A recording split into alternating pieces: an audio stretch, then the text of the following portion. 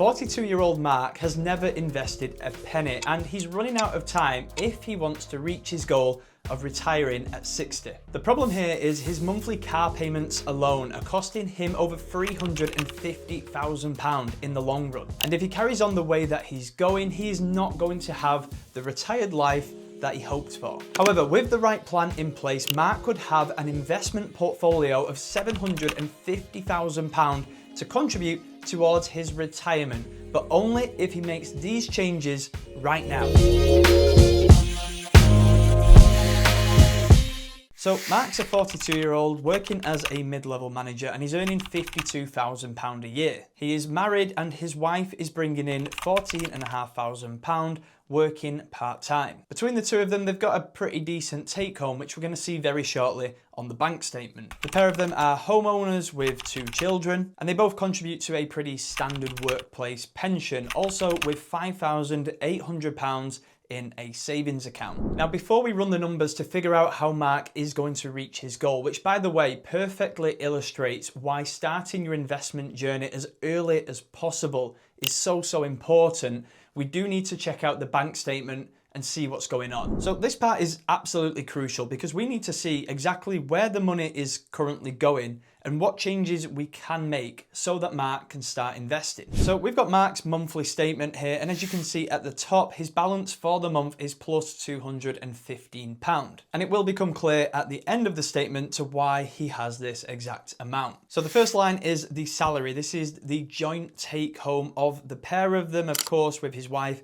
working part-time as well. This comes to £4,430 for the month. Now, I think this is a pretty decent take home to be working with here. So let's see exactly where the money is going. Now, first of all, we have the mortgage going out, which is £1,260 each month, which isn't a bad size mortgage given the take home. It works out around 28% of that take home each month. And given the UK's average is around 32 to 40% going towards rent or mortgage, this is below average, which is a great starting point. We've then grouped up the utility bills all together. Now, it is on the higher side at £520, but this does include the likes of broadband and some SIM-only phone deals. And given they have 2 children as well, this is probably to be expected. Next, we have the groceries coming in at £580. Now, again, on the higher side compared to some of the recent bank statement breakdown videos that we've put out there. But again, 2 children definitely changes things. We've then got life insurance for the pair of them for £45 a month, and I'm never gonna complain about people having life insurance. We've got the school meals for £95 a month, and we have car costs at £340, including tax, insurance, and fuel. Given that this is the cost for 2 cars, I think that's pretty standard. Now, these costs so far total up to £2,840, which is already 64% of that take home. But collectively, these are what I see as the essential spends. So I don't think there's really any problem there, and I don't think we need to cut anything down in this category. Next, we have the kids' activities at £110 a month, followed by clothing at £80. We've got subscriptions at £55, which isn't too bad. And then we've got the present funds. So we're talking about money being put aside each month for Christmas presents, for birthday presents. I think this is a pretty sensible thing to be doing. And then we have the weekly takeouts totaling up to £150. And these items that we've just discussed go into the next category, which for me is the allow it category. Basically, I see these things as not quite essential to live in, but not something that we should be penalising people on too heavily. Now, some people may argue that the weekly takeouts should be in the next category, which is the red category, but I feel like that is a little bit harsh in this situation. Now, Mark told me that this weekly takeout is a family ritual where the 4 of them get together and have that takeout every single Friday night. Now, talking from my own experience of being a teenager once, I know that this isn't going to last forever, so I do believe that they should be taking full advantage of spending this time with their children whilst they still want to. So yeah, that one's definitely up for debate, but this whole category for me comes to around £495, which is a relatively small amount given that it's just 11% of that take home. If you disagree, if you think I'm being too lenient, let me know down below in the comments. All right, so far we have seen 75% of that income disappear, and we haven't got to the red category yet, which is the come on mate category. The reason we call it this is because, come on mate, do you really need to be spending your money on that? First up, we have the pub for £120. We're talking a few drinks here, a couple of meals here, and this one I'm not going to let slide. We've then got £60 for Mark's gambling, which is football betting. We're talking about a £10 accumulator here, £5 here. And although it's not a crazy amount, it's definitely not essential, and it's definitely not something that we should allow. I've said it before and I'll say it again. Gambling is a mugs game. We've then got a big spend in the red category, a big game changer for what could be Mark's future retirement. And as we mentioned earlier, the car finance payments, those two cars, the SUV and the hatchback, are coming together at £610 each month, which, as we mentioned earlier, is a £350,000 lost opportunity for his future retirement. And then finally, we have unused subscriptions at £30. This one's just stupid, to be honest, because if you're not using them, just put the effort in, go and cancel them. It's 30 quid in your pocket rather than theirs. And then we have the convenience store spending, £60 for the month, which I can imagine could be added to that grocery food shop that wouldn't cost just as much. So the red category, the come on mate spending, comes to a total of £880 for the month, which is roughly around 20% of that take home. Total outflow for the month comes to £4,215. Now, as we mentioned at the beginning, the balance for the account is £215, which is great. We've not spent more than we're earning, which is always a good start. But for me, I do think that this is a healthy amount because they still need to put money into savings. They still need to fund those family vacations or whatever else it may be. All right, so now it's time to run the numbers. And this is pretty much what this whole video comes down to. Now, if I'm being completely brutal, time is not on Mark's side. If he wants to retire in 18 years' time, then he's got to make some drastic changes, and some changes that he might not really be too comfortable with. If Mark was younger and he had 30 or 40 years to get this retirement fund in place, then this would look very different, but he doesn't. So this is what I would do. So the first thing that I would do, and the biggest impact on this list, is going to be cutting off the car finance. Now, this is a huge decision to make, but the way I see it is, if they used the savings that they have, the £5,800, and they went and bought a second-hand car, or two if they really need two cars, that is going to free up so much money to be investing every single month.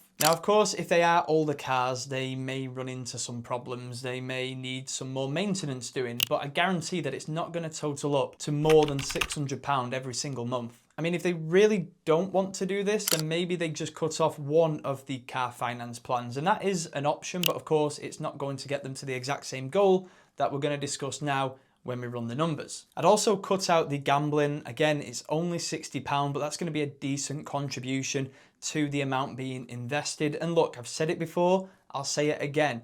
Once people switch from gambling to investing, they are still going to get that dopamine hit when they see that account continuing to increase every single month. I'd cancel the unused subscriptions because that's just £30 for nothing basically. And I think with a little bit of forward thinking, we could probably cut down the convenience store spending by around 50%. Now, I know sometimes you want to treat yourself, sometimes maybe you do forget something when you order that food shop, but I think cutting it down from 60 to 30 probably is achievable. So if these changes were made, that would free up around £730 each month. Now, if Mark was to take that £730 each month and put it into an S&P index fund, that is historically returning around 10% a year. So if we work on those numbers and let it accumulate, let it compound over the next 18 years, of course, taking Mark to his goal of 60 years old, he's going to have a tax-free, because of the stocks and shares ISA, retirement fund of around £420,000. Now, of course, on top of that, he's going to have his pension as well. So it starts to look a pretty healthy amount. Now, an extra 400 grand for that retirement is definitely going to go a long way.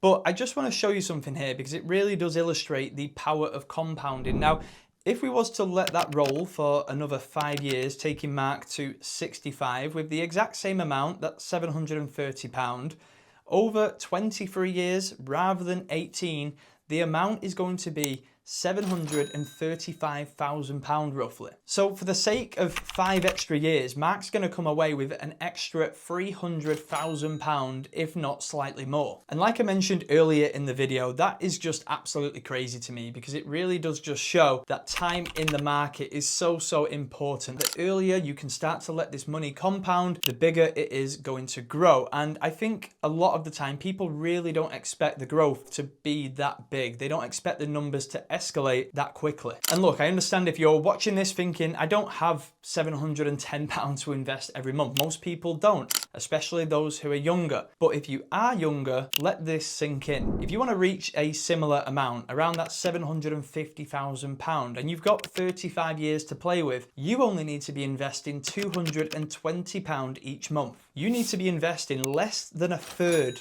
of what Mark needs to invest, because you have time on your side. And look, if you have found some value in this video so far, please do consider subscribing. I'm not even at 100 subscribers yet, so if you could help me get to that milestone, it would be greatly appreciated. And if you want some help with your bank statement, feel free to check out the Google form down below. If you provide us with the details, we will be able to take a look and potentially put out a video to help you with your investing. Of course, it will be completely anonymous. All right, so let's put a roadmap in place for Mark to follow so he can reach his retirement goal. Now, the first step is pretty straightforward. What he needs to do is cut back on his spend, and he needs to ditch the car payment plans. They need to go, because they are going to make such a difference on what he can afford to invest every month. And step number 2, the final step, is to then start investing. Open that stocks and shares ISA and get the money flowing in. And to be honest, it really is that simple. He doesn't need to clear any credit cards. He's got no other financial issues going on. So this is just what he needs to focus on. And a lot of the time, it's never a complex roadmap. It isn't something that's actually difficult. It's just a lot of people, quite frankly,